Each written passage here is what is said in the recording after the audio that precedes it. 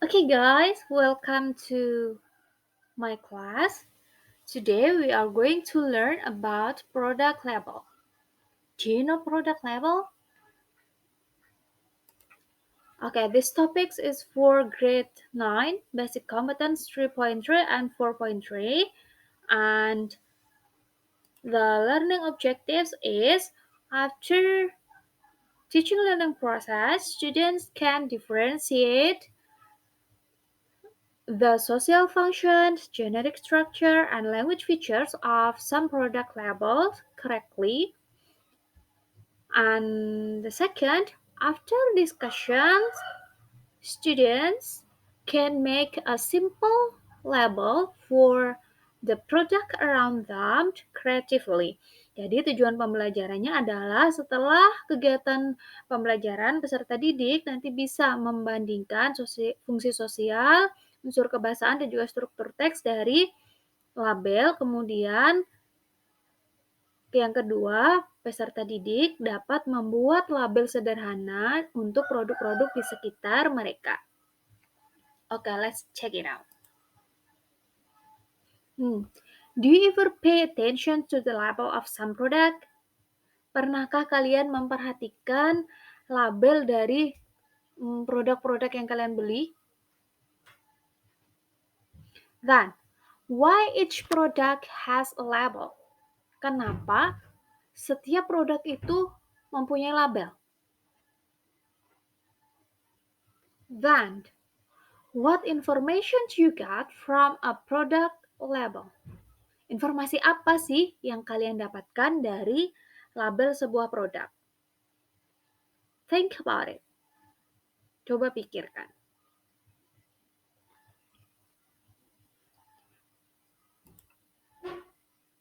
Okay, in the end of the class, you will make a product label.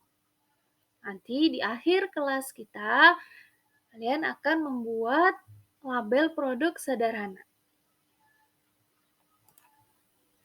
So, the first question, what is product label? Apa sih label dari produk itu? Apa sih label itu? Nah, label is an information written in a packaging of some products. Jadi label itu adalah informasi yang tertulis pada suatu produk, pada kemasannya. That's called label. Itu yang disebut dengan label. Then, this one. This is the social functions of label. First, to get detailed information of the product.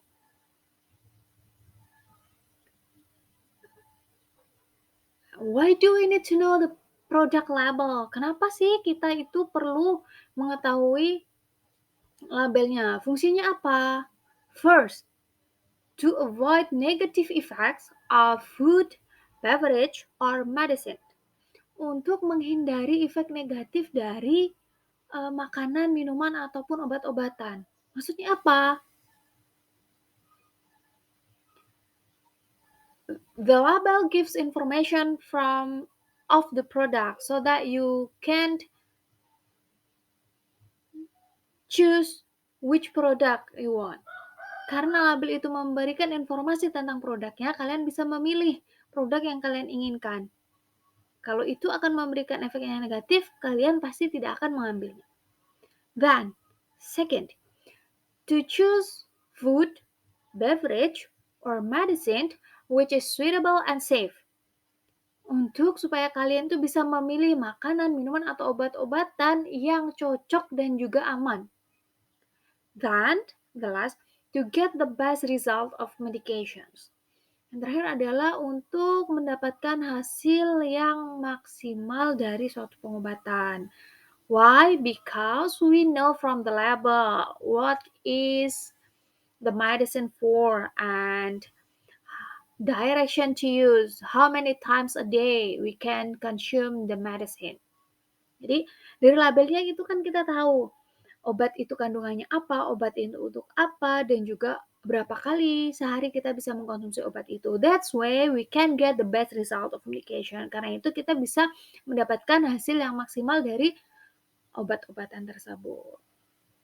Then, is that clear? Jelas ya untuk social function-nya.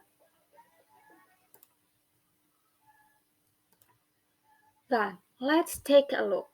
Mari kita lihat. I have some example of label. Saya punya beberapa contoh dari label.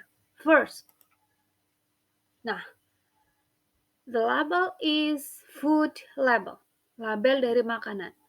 What information should get from the product label? Informasi apa yang kalian bisa dapatkan dari label ini? Think carefully.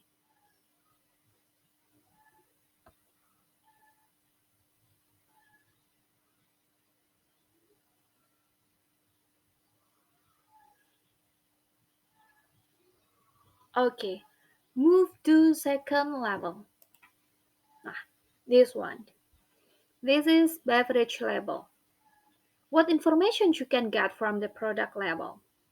Informasi apa yang bisa kalian dapat dari label produk minuman ini? Think about it. Silahkan dipikirkan.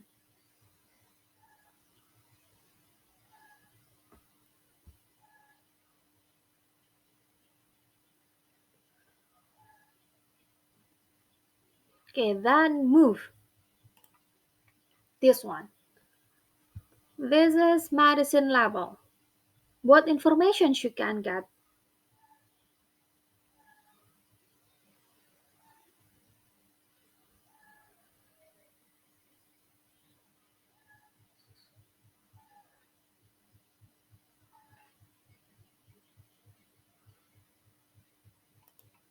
Okay, can you make a conclusions what is the structure of product label? Dari label-label yang kalian lihat tadi, bisakah kalian membuat kesimpulan apa sih struktur teks dari label itu? What is it? Apa itu struktur teksnya? Let's check it out. Okay, the generic structures of label. First, the brand of the product. Merek produknya. Then, the name of the product. Jenis produknya. Third, descriptions of the product. Deskripsi singkat dari produknya. Four, content or amounts. Isi produknya. Next, the nutrition facts. Kandungan gizinya apa? Atau kandungan dalam produknya itu apa? Then, ingredients. Bahan-bahannya atau komposisinya. Then, direction to use or instructions or directions to make. Petunjuk penggunaan, petunjuk pembuatannya atau instruksinya. Then, direction to store. Petunjuk penyimpanannya. Next, serving size. Takaran penyajiannya. And the last is expiration date. Tanggal kadaluarsa. Is that clear?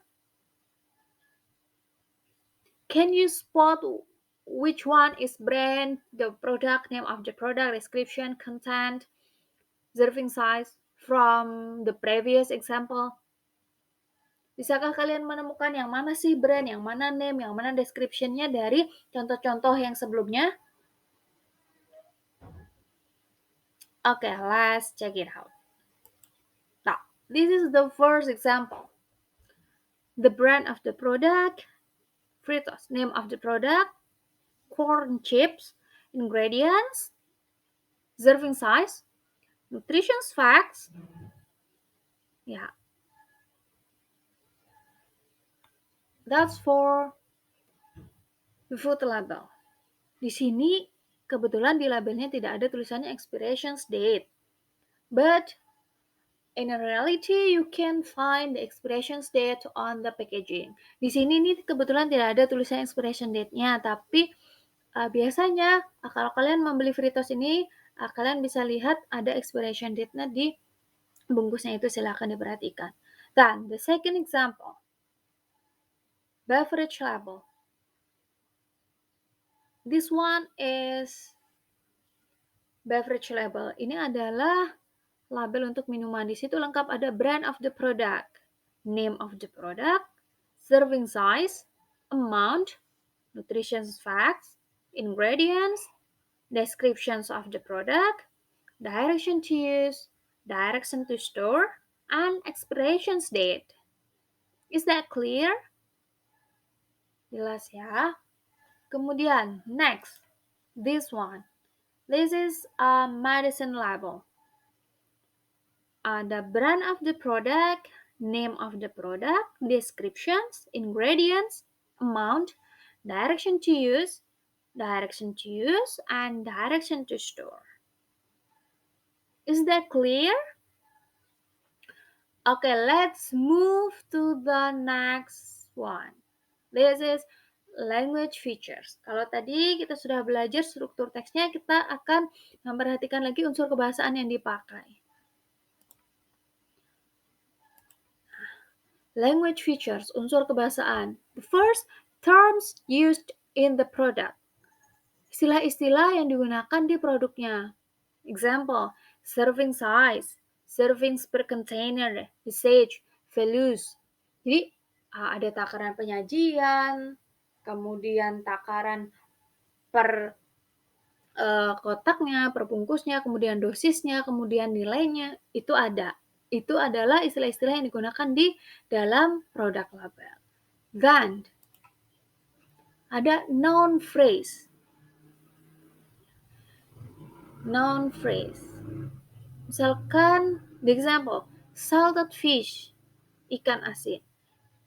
Kemudian ada significant source. Sumber yang utamanya apa? Kemudian dietary fiber. Dan ada saturated fat, ada lemak jenuh. That's called noun phrase.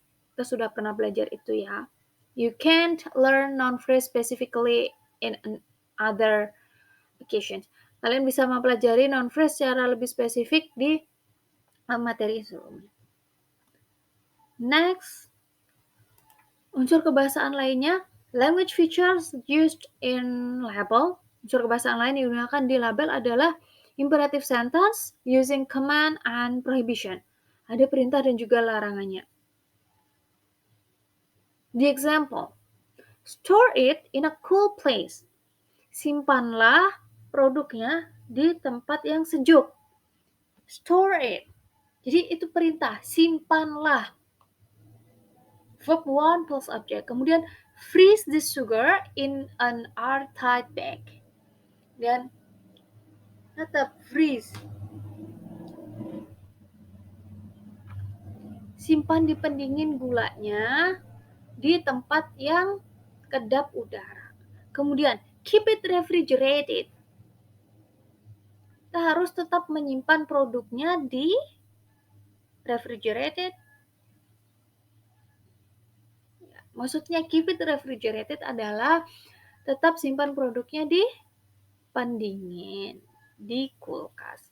Dan using prohibitions, we can use the formula don't plus verb 1 plus object. Example, do not consume after expired date.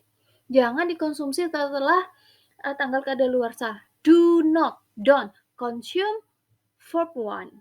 Kemudian don't eat raw. Don't eat raw. Don't eat verb 1 and raw. Jangan dimakan mentah. Kemudian bentuk yang lain adalah no plus verb ing plus object. No accepting verb ing. If the seal broken. Jangan diterima kalau kemasannya rusak. That's the example. You can find another example in another label. Is that clear? Jelas ya? Now, how do you feel? What did you learn today?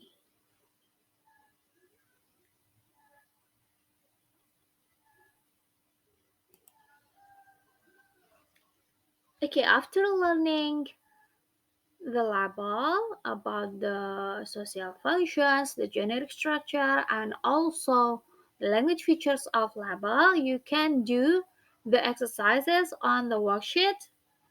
This is the link.